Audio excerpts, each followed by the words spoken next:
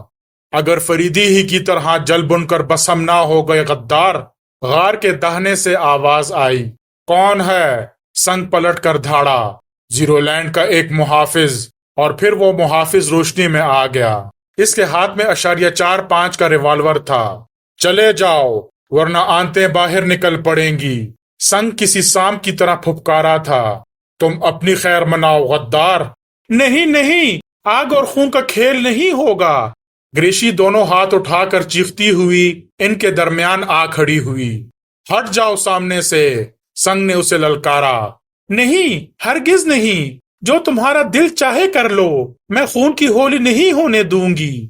سنگ نے پینتھرا بدل کر محافظ پر چھلانگ لگائی اور ریوالور محافظ کے ہاتھ سے نکل گیا، لیکن اس نے سنگ کا گریبان پکڑ لیا تھا۔ دونوں آپس میں گھتے ہوئے فرش پر آ رہے۔